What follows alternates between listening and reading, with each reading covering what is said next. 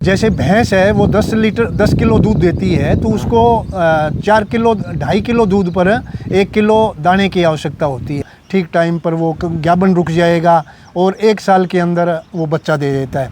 Doctor साहब हैं, इनका 40 साल का तजुर्बा है, बहुत अच्छे तरीके से आज आपको बताएंगे पशुओं में प्रोटीन की मात्रा कितनी मात्रा में उसको खिलाएंगे, वसा कितनी मात्रा में खिलाएंगे, कार्बोहाइड्रेट कितनी मात्रा में खिलाएंगे, क्योंकि हमारा जो पशु है उसको हर चीज़ की रिक्वायरमेंट होती है। अगर हम उसकी पूर्ति पूरी नहीं करेंगे, पशु हमारा रिपीट होगा, पशु के अंदर कमज़ोरी होगी। तो इसके लिए हमारे डॉक्टर साहब ओमकार जी हैं, इनसे हम मिलते हैं। तो डॉक्टर साहब नमस्कार। नमस्कार जी। तो डॉक्टर साहब इस बारे में थोड़ा बताएं।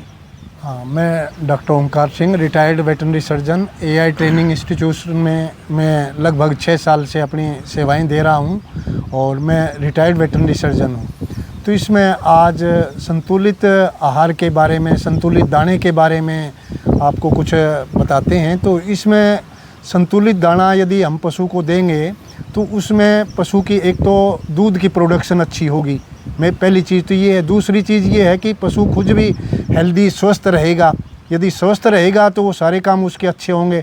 ठीक टाइम पर एनिमल हीट में आएगा, ठीक टाइम पर वो गाभन रुक जाएगा और 1 साल के अंदर वो बच्चा दे देता है। तो और फार्मर के लिए वही पशु सबसे बेस्ट होता है जो कि 1 साल में बच्चा दे देता है। वो लंबे टाइम तक दूध देता है और वो स्वस्थ रहता है और फार्मर के लिए सबसे उपयोगी होता है।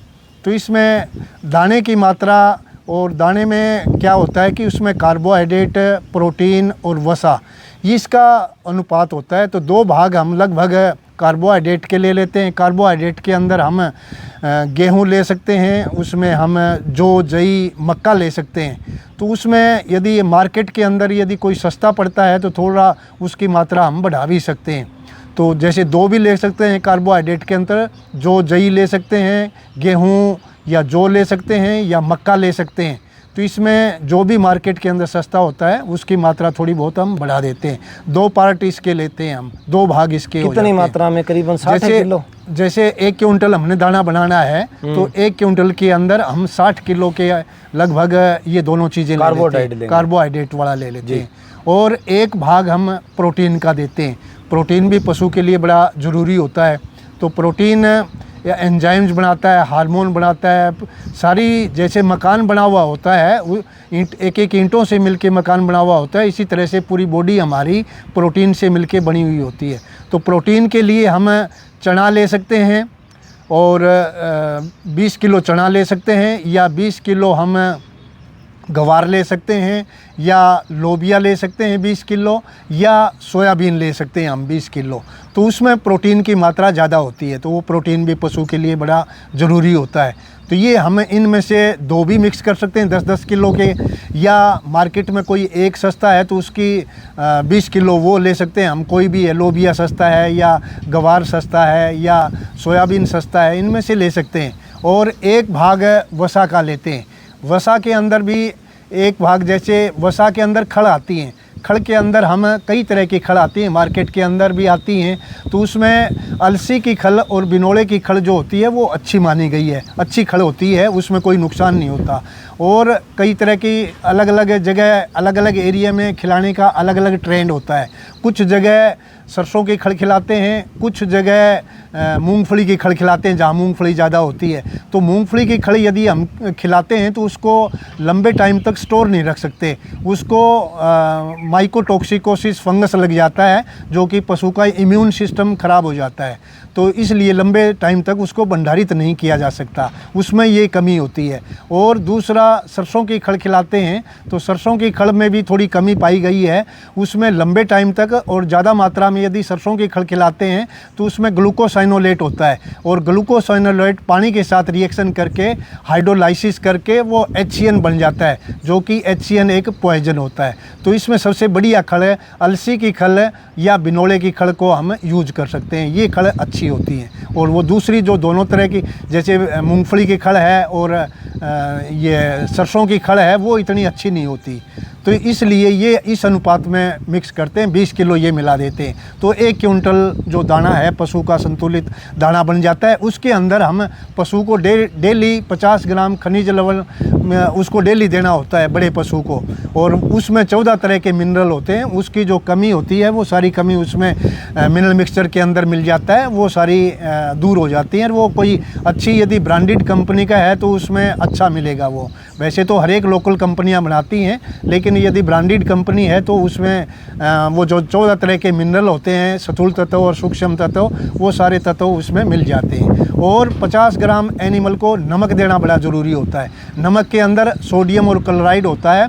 सोडियम और क्लोराइड की भी पशुओं में कमी हो जाती है, तो उसको हम डेली 50 ग्राम नमक दाने के अंदर मिक्स करके डेली उसको खिलाने के लिए देना चाहिए। और साथ साथ में 3-3, 4-4 महीने के बाद में उसको पशु को कृमि रहित करते रहना चाहिए। डीवर्मिंग वगैरह ये चीज़ें उसको 3-3, 4-4 महीने में अलग अलग दवाई का करना चाहिए। एक ही दवाई का बार बार रिपीट नहीं करनी चाहिए, नहीं तो जो पेट के अंदर कृमि हो जाते हैं वो रेजिस्टेंट हो जाते हैं, और अलग अलग तरह की दवाई का यूज करेंगे तो वो रेजिस्टेंट नहीं होंगे। वो नहीं तो वो दवाई की मात्रा फिर हमें बढ़ानी पड़ती है। कितने टाइम बाद देना चाहिए डॉक्टर साहब? 3 या 4 महीने के बाद में कृमि रहित उनको करते रहना चाहिए।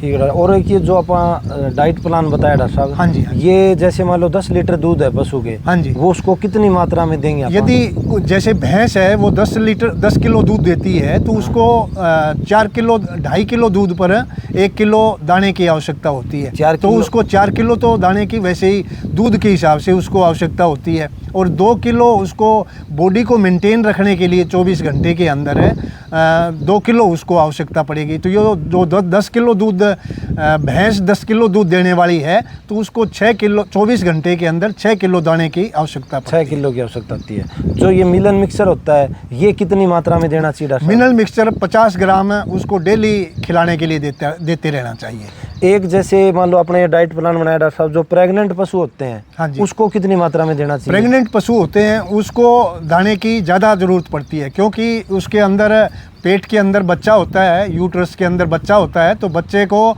और उसकी बॉडी को, एनिमल की बॉडी को, काऊ है या बफेलो है, उसकी बॉडी को ठीक रखने के लिए दाने की मात्रा ज़्यादा ज़रूरत पड़ती है। तो उसको कम से कम जैसे हम वैसे जो फार्मर होता है वो उस टाइम देता नहीं है दाना, लेकिन ये फार्मर को पता नहीं होता कि उसको उस टाइम तो ज़्यादा दाने की आवश्यकता, कम से कम उसको 4-4.5 किलो 24 घंटे के अंदर दाने की आवश्यकता होती है। तो वो देते रहना चाहिए उसको। तो उससे एक तो जो उसका बच्चा होगा वो हेल्दी होगा, एक एनिमल खुद भी स्वस्थ हो जाएगा। इससे ये 4 किलो दाना, 4 से 4.5 किलो दाना हम पशु को, प्रेग्नेंट एनिमल को देते रहना चाहिए 24 घंटे के अंदर, एक दिन की डाइट के अंदर। एक दिन की डाइट के अंदर। और वो भी संतुलित होना चाहिए। संतुलित का मतलब कि उसमें कार्बोहाइड्रेट होना चाहिए, उसमें प्रोटीन होना चाहिए, और उसमें वसा होना चाहिए। जो डाइट बताई गई है उसके हिसाब से संतुलित दाना देना चाहिए। तो डॉक्टर साहब आपने बहुत अच्छी जानकारी दी है किसानों को, क्योंकि देखो बहुत से ऐसे डेयरी फार्म हैं, आप देखते हैं कि जो गेहूं का दलिया होता है वो एक टाइम पूरा दलिया ही डालेंगे, हाँ और एक टाइम पूरी खल डालेंगे। हाँ जी, हाँ जी। इसमें और भी अपने को बहुत सी चीज़ें ऐसी होती है हाँ जो जी, पशु को ज़रूरत होती है। हाँ जी, ये फार्मर को पता नहीं होता, क्योंकि यदि वो सीज़न गेहूं का सीज़न है तो वो गेहूं का उसका घर का हो जाता है, हाँ। घर के खेत में हो जाता है, और वो गेहूं डालता है उसको। गेहूं के अंदर चीज़ें तो और भी होती हैं, लेकिन कार्बोहाइड्रेट की मात्रा ज़्यादा होती है, तो उसको कार्बोहाइड्रेट तो मिल जाता है, लेकिन उसको और भी चीज़ें कोई ज़रूरत होती है, जैसे कि उसको वसा की ज़रूरत होती है, वो खड़ से पूर्ति होती है, और उसको जैसे प्रोटीन की आवश्यकता होती है, तो प्रोटीन उसको जैसे कि चना होता है, लोबिया होता है, सोयाबीन होता है, या मेथी होती है, उससे उसको मिलेगा। गवार होता है, उसमें प्रोटीन की मात्रा ज़्यादा होती है, तो वो भी ज़रूरी होता है एनिमल का, कि 2 भाग हम कार्बोहाइड्रेट खिलाएं उसको, 1 भाग उसको प्रोटीन का खिलाएं, और 1 भाग उसको वसा वाला खिलाएं। तो फार्मर को ये चीज़ें पता नहीं होता। फार्मर यदि खड़ ले आता है मार्केट से तो वो खड़े उसको डालता रहेगा, और दूसरी चीज़ कार्बोहाइड्रेट वाली चीज़ें और प्रोटीन वाली चीज़ें वो डालेगा नहीं, उसको पता नहीं होता ये चीज़ें जब तक, क्योंकि वो कहता तो ये है कि उसने वो अनाज काफ़ी डाल रहा है, उसको खड़ वगैरह काफ़ी डाल रहा है, लेकिन खड़ से तो वसा तो मिल जाती है, लेकिन और जो कार्बोहाइड्रेट की कमी रह जाती है, प्रोटीन की कमी रह जाती है, वो पूर्ति नहीं होती। वो जब तक पूर्ति नहीं होगी इतने पशु का दूध भी नहीं बढ़ता और एनिमल स्वस्थ भी नहीं रहता। तो साथियों डॉक्टर साहब ने बहुत अच्छी जानकारी दी है, बहुत बढ़िया तरीके से। देखो आज हम पशु की डाइट पूरी नहीं करेंगे, प्रेग्नेंट पशु है तो उसको दिक्कत रहेगी। अगर कोई बच्चियाँ तैयार होने लग रही है उसको हम डाइट अच्छे से नहीं देंगे तो वो टाइम पे हिट पे नहीं आएगी। अगर पशु को हम सही डाइट नहीं देंगे उसमें कमज़ोरी महसूस हो जाएगी।